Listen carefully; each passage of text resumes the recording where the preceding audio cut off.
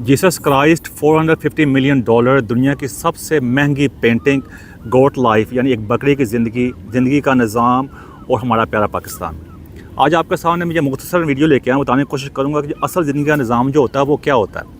वो इस तरह के आपको बताने की कोशिश करूँगा दो ऐसी स्टोरीज़ जो हैं जिसके सामने आपके सामने जो आएंगे पता चलेगा कि कैसे जो असल ज़िंदगी जो होती है, जो असल ज़िंदगी का निज़ाम जो होता है, जो पहले भी है था, आज भी है और आने वाली नस्लों में भी ऐसा रहेगा, वो क्या है। और जिसको हम ज़िंदगी समझ बैठे हैं, जिस मकाम पे हमने अपनी कौम को पहुंचा दिया, अपने मुल्क को पहुंचा दिया, और जो बीज अपनी आने वाली नस्लों के लिए हम बो रहे हैं, उसका क्या नतीजा निकलेगा, क्या रिजल्ट निकलेगा। तो आगे बताता हूँ कि 2017 के अंदर न्यूयॉर्क के अंदर एक कहते हैं ऑक्शन हुई पेंटिंग्स की। उसमें दुनिया की सबसे महंगी पेंटिंग की ऑक्शन हुई जो बिकी $450 मिलियन की, यानी $450 मिलियन। अगर पाकिस्तानी रुपयों के अंदर उनको आप कन्वर्ट करें तो अरबों डॉलर बन जाते हैं या अरबों रुपए बन जाते हैं। आप उनकी काउंटिंग करना शुरू करें, गिनना शुरू करें, आम बंदे के तो वो ख्वाब से बाहर है, वो तो गिन नहीं सकते। इतनी महंगी पेंटिंग खरीदेगी। जो पेंटिंग खरीदी इसको वो खरीदी थी जनाब जी मोहम्मद बिन सलमान साहब ने, जो सऊदी अरब के इस वक्त क्राउन प्रिंस भी हैं, उन्होंने वो पेंटिंग खरीदी। इस वक्त जो पेंटिंग है वो स्विट्ज़रलैंड का जो शहर है जनेवा, उसके अंदर एक हिफाजती निज़ाम के अंदर वहाँ पर मौजूद है। यानी पेंटिंग खरीदी एक मुसलमान बादशाह ने, और पेंटिंग को खरीदी है, इस पेंटिंग का नाम है साल्वाटोर मोंडी। और ये जीसस क्राइस्ट यानी जो कहते हैं मसीह हैं, यसू मसीह, उनकी डिपिक्शन है, यानी उनकी तस्वीर बनाई गई है एक ख़ास लिहाज से। और ये तस्वीर जो बनाई थी, दुनिया का मशहूर तरीन जो पेंटर आया था वो 15वीं सेंचुरी के अंदर, ये 15वीं सदी के अंदर डाविंची ने बनाई थी। ये वही डाविंची है जिसने मोनालिसा की दुनिया का शाहकार तस्वीर जो थी उसको पेंट किया था। ये वो जो पेंटिंग है, दुनिया का जो लार्जेस्ट जो है आर्ट जो म्यूज़ियम है वो पेरिस के अंदर है। पेरिस जो कहते हैं लवोर जैसे कहते हैं, वहाँ के अंदर है। तो आप अगर जो दुनिया को ट्रैवलिंग करने का शौक़ उनका पता होगा, मैं वहाँ पे जा चुका हूँ, मैं देख चुका हूँ। ये दुनिया की सबसे बड़ा पेंटिंग का आर्ट का म्यूज़ियम है, और पूरी दुनिया वहाँ देखने जाती है, इस पेंटिंग के लिए वहाँ पर जाती है। तो मोहम्मद बिन सलमान का विजन भी यही है कि वो चाहते हैं कि इसी किस्म का एक जो होते हैं लवोर जो है, जो आर्ट जो कहते हैं म्यूज़ियम है, वो रियाज़ के अंदर सऊदी में बनाया जाए, जो 2025 में या 2026 में उसको खोलने का चांस है, ताकि सारी दुनिया वहाँ पे आए। जो मेरा बताने का मकसद ये है कि आप देख सकते हैं कि किस तरह के एक मुसलमान बादशाह एक जो पेंटिंग ख़रीद रहा है, वो भी एक जीसस क्राइस्ट की पेंटिंग खरीद रहा है। और जो पेंटिंग जिसने पेंट की है वो भी किसी गैर मुस्लिम ने की है, आपके मुताबिक जो है, जिसको हम कहते हैं काफर हैं, दोज़ख में जाना है। अरे आपकी रेफरेंस के लिए बता रहा हूँ मैं ऐसा नहीं समझता। वैसे उसने 15वीं सदी में बनाया, और उसको जो हिफाजत के लिए रखा, जो जिस मुल्क में रखा वो भी मुसलमान मुल्क नहीं है, यानी उसने किसी मुसलमान मुल्क के ऊपर भी इतबार नहीं किया कि इसकी हिफाजत कर सकते हैं। तो इसी में सारी ज़िंदगी का राज छुपा हुआ। पहले भी ऐसे ही होता था, सदियों पहले भी, और आज भी ऐसे, अब बाद में भी ऐसा रहेगा। जैसे मैं पहले कह चुका हूँ कि ताकतवर का और बिजनेसमैन का कोई मज़हब नहीं होता। और जिस चीज़ को हमने अपनी ज़िंदगी में जिस मकाम में पहुँचा दिया अपने मुल्क को, आपके सामने आ चुका हुआ। तो ये पेंटिंग जो खरीदी गई है, कहती है 400, जिस मैंने पहले बताया, $450 मिलियन की पेंटिंग है। इसको वहाँ रखा जाएगा म्यूज़ियम के अंदर। जिस तरह वहाँ पे सऊदी अरब आस्ता आगे बढ़ रहा है, उन्होंने इस चीज़ का पा लिया कि मजहबी इंतहा पसंदी करके लोगों के ऊपर पाबंदियाँ लगाकर हम कोई चीज़ हासिल नहीं कर सकते। तो इसी चीज़ को आगे बढ़ाते हुए वहाँ जहाँ बाकी चीज़ें ओपन हो रही हैं औरतों के बारे में आगे, तो जहाँ पे अब सऊदी अरब आगे से आगे बढ़ रहा है। आपको पता होगा, मुझे बताने की ज़रूरत नहीं है, सऊदी अरब वही है जहाँ मक्का मदीना है, और सऊदी अरब वही ज़मीन है, सरज़मीन है, जहाँ से मज़हब जो था, इस्लाम जो था, हमारे मुल्क में आया था, और जिसको हमने उसके नंबरदार बन चुके हुए हैं, और हमने कहाँ से कहाँ पहुँचा दिया हुआ। उसके साथ साथ दूसरी बता दूँ मैं, जो दूसरी तस्वीर जो ज़िंदगी की है, ये नेटफ्लिक्स के ऊपर मूवी मौजूद है, द गोट लाइफ। ये एक ऐसे इंसान की कहानी है, यानी बकरी की तरह ज़िंदगी जो है, एक ऐसे इंसान की कहानी है जो इंडिया का होता है, मुस्लिम होता है, और सऊदी अरब में एक मजदूरी करने जाता है। आपको पता होगा कि सऊदी अरब में जो मिडिल ईस्ट कंट्री हैं, सऊदी अरब, UAE जो है, यूनाइटेड अरब एमिरेट जो है, या कतर जो है, कुवैत जो है, बहरीन जो है, इस तरह के जो अमीर अरबी ममालिक हैं, वहाँ पे कफ़ालत का सिस्टम है। जो कफ़ील जो होता है, उसके पास आपके कागजात वगैरह सारे होते हैं, वो सब कंट्रोल करता है आपने कहाँ जाना, कहाँ नहीं जाना। उनके बारे में काफ़ी बदनाम भी हैं, काफ़ी सख्ती करते हैं, गुलामाना सलूक करते हैं। तो उसकी ज़िंदगी बनाई गई है, उसकी ज़िंदगी किस तरह मुश्किल से गुजरती है। और जो लोग मिडिल ईस्ट में काम कर रहे हैं, जो पहले काम करते थे, उनका पता है कफ़ालत का सिस्टम क्या होता है, क्योंकि उससे गुजरते हैं। वहाँ पे कोई ह्यूमन राइट नहीं होते। हालांकि हम बताया कि मुसलमान साहब बहन भाई हैं, ये है वो, जो बचपन में कहानी किससे कहानी सुनते आए हैं हम, उसके मुताबिक देखें जी वहाँ आपको नेशनलिटी देना पसंद नहीं करते, हालांकि वहाँ मुसलमान भाई हैं।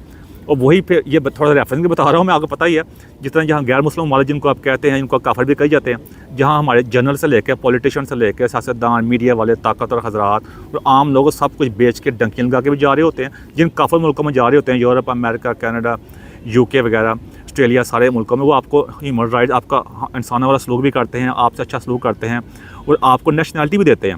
हालांकि उनको नहीं खतरा होता कि हमारे ऊपर ये छा जाएंगे, ये हो जाएंगे, वो हो जाएंगे। असल इंसानियत ये होती है, कोई माशा परफेक्ट नहीं होता। मैं ये नहीं कह रहा ये परफेक्ट है, लेकिन बताने के रेफरेंस के लिए कोशिश कर रहा हूँ कि ये है असल हकीकत कि हमारा वहाँ पे जो आम इंसान, हज़ारों हमारे लोग, लाखों लोग वहाँ काम कर रहे हैं, उनके साथ जो गुलामाना सलूक होता है, और फिर भी बातें हमारी आसमान तक पहुँची हुई हैं। बात सिर्फ ये है, उनके साथ जो पहले भी आबाओ अजदाद भी सफ़र कर रहे थे, यानी जनरेशन जो है वहाँ पे मजदूरी की तरह जॉब कर रहे हैं। वहाँ पे कोई उनकी अहमियत नहीं है, कोई उनका पूछता भी नहीं है। सारी ज़िंदगी गुजर जाती हैं एक मजदूरी कर करके, तो उनको नेशनलिटी तक नहीं मिलती। और अरबी उनसे जो मैं उनको कसूरवार नहीं ठहराता, उनको वो जाने, उनका काम जाने भाईजान, आपके लिए ये फैसला आपने करना है। उनसे इंसानों वाला सलूक भी नहीं करते। उनके साथ आम थर्ड क्लास सिटीजन समझते हैं, मतलब है छोटे मोटे जो काम करने हैं। तो ये मूवी उस बारे में है। तो ये बताने की कोशिश है कि किस इंसान की इज़्ज़त होती है। और हमने अपने मुल्क में जो अक़लीतों को हल किया हुआ है, हम चाहते हैं कि हम दूसरे मुल्क में जाएं, हमें पूरे हकूक़ मिलें, बेशक वो गैर मुस्लिम मुल्क हैं। अपने मुल्क में हम एक अपनी अक़लीतों का वो सलूक देना नहीं चाहते। चर्चों को चला रहे होते हैं, हिंदू लड़कियां मुसलमान कर रहे होते हैं, और एक आशिक रसूल को दूसरे आशिक रसूल से खतरा है। फतवाबाजी हो रही है, यहाँ पे कत्ल के मुकदमे आ रहे हैं, जिस मुल्क के ऊपर में चीफ जस्टिस जो होता है वो महफूज नहीं है। तो बाकी तो आप बात छोड़ ही दें। ये दोनों चीज़ें आपके सामने आ चुकी हुई हैं। बताने का मकसद ये है कि ये जो मैंने पहले कहा था, ताकत का और बिजनेसमैन का कोई मज़हब नहीं होता। वहाँ पे ये मज़हब जो होता है ये लोगों को कंट्रोल करने के लिए होता है। और जब रियासत जो होती है वो खुद इसमें आलाकार बन जाती है, तो वो कौम तबाह बर्बाद हो जाती है। आप पूरी दुनिया की तारीख उठाकर देख सकते हैं। ऐसे ही है कि मज़हब का नाम इस्तेमाल करके कैसे लोगों को कंट्रोल किया गया। और आज भी आप जितने भी गरीब मालिक देख लें, ममालिक जितने भी हैं, इस मुसलमान मालिक भी हैं, गैर मुसलमान मालिक भी हैं, जैसे साउथ अमेरिकन, अफ्रीका चेक कर लें आप चले जाएँ सारे मुल्कों में, क्या वहाँ पे हाल है। अब इसका वहाँ पे, क्योंकि ये आसान टूल होता है। हमारे पाकिस्तान में जिस तरह हर चीज़ का बुरा हाल कर दिया गया मज़हब के नाम के ऊपर, आप देख लें, हम 1 मिलियन हाफ़िज़ पैदा करी जा रहे हैं और उस बात पर मतलब फ़ख्र कर रहे हैं। दूसरी तरफ हमारे मस्जिदों में जो कुछ हो रहा है, यानी आज दुनिया जो है साइंस में, टेक्नोलॉजी में, इनोवेशन के अंदर, रिसर्च में, एजुकेशन में, AI में आगे जा रही है, कहाँ से कहाँ बढ़ रही है, और हमने किन कामों में पड़ गए हुए हैं। अब ये नहीं कह रहा मज़हब के अमल ना करें, आप बिल्कुल करें, लेकिन जो हमारी प्रायोरिटीज़ हैं वो डिफरेंट हो चुकी है। आने वाली नस्लों के लिए हमने जो ज़िंदगी गुजारी थी, आने वाली नस्लें जो होंगी आज से 20, 30, 40, अभी वाली नस्ल जो बाद की जो नस्लें होंगी, जनरेशन जो होंगी, अगर उस पर पाकिस्तान बाकी रहा तो उनके लिए अपने बीज बो दिए हैं, तो हमें कभी माफ़ नहीं करेंगे, ख़ासतौर पर ताकतवर हज़रात को, कि जिन्होंने इस मुल्क को इस मुकाम में पहुँचा दिया हुआ है। तो ये दोनों चीज़ें आपके सामने मकसद मेरा रखने का ये था कि आप चेक कर सकते हैं कि कैसे कहते हैं जो असल ज़िंदगी क्या होती है। अब वहाँ मुसलमान बादशाह के मैंने जो इस वक्त जो बादशाह है ना, वो देखा जाए तो वो आगे जो पहली बादशाह चलती आ रही थी, आगे का पता कोई नहीं है, लेकिन आगे भी एक निज़ाम जैसा भी होगा वो ऐसा जो ताकतवर जो हज़रात होते हैं वैसे ही होते हैं, ऐसे लोगों को कंट्रोल करते होते हैं और आम बंदों को आपस में उलझाई रखते होते हैं। आप चेक कर सकते हैं हमारे पाकिस्तान का हाल जो है। आप अगर यहाँ पे पाकिस्तान मज़हब के नाम पे बना था, सब कुछ आशिक रसूल जो बने पड़े हैं, फिर सारे डकियाँ लगा के गैर मुस्लिम मुल्क में क्यों जाना चाहते हैं जी? अपने मुसलमान मालिक में क्यों नहीं जाना चाहते? तो इसी में सब कुछ राज छुपा है पूरी ज़िंदगी का। पहले भी ये ज़िंदगी ऐसी होती थी, ज़िंदगी वहाँ गरीब का और आम लोगों को ऐसे कंट्रोल किया जाता था। आज भी आप चेक कर लें, आज से हज़ारों साल बाद भी, 100 साल बाद भी ऐसे ही होगा। इसलिए आप चाहते हैं आपकी आने वाली नस्लें जो है आपका शुक्रिया अदा करें, और आप चाहते हैं कि आपकी आने वाली नस्लें जो होती अच्छी ज़िंदगी गुजार सकें, तो आपको हर बंदे का एहतराम करना पड़ेगा।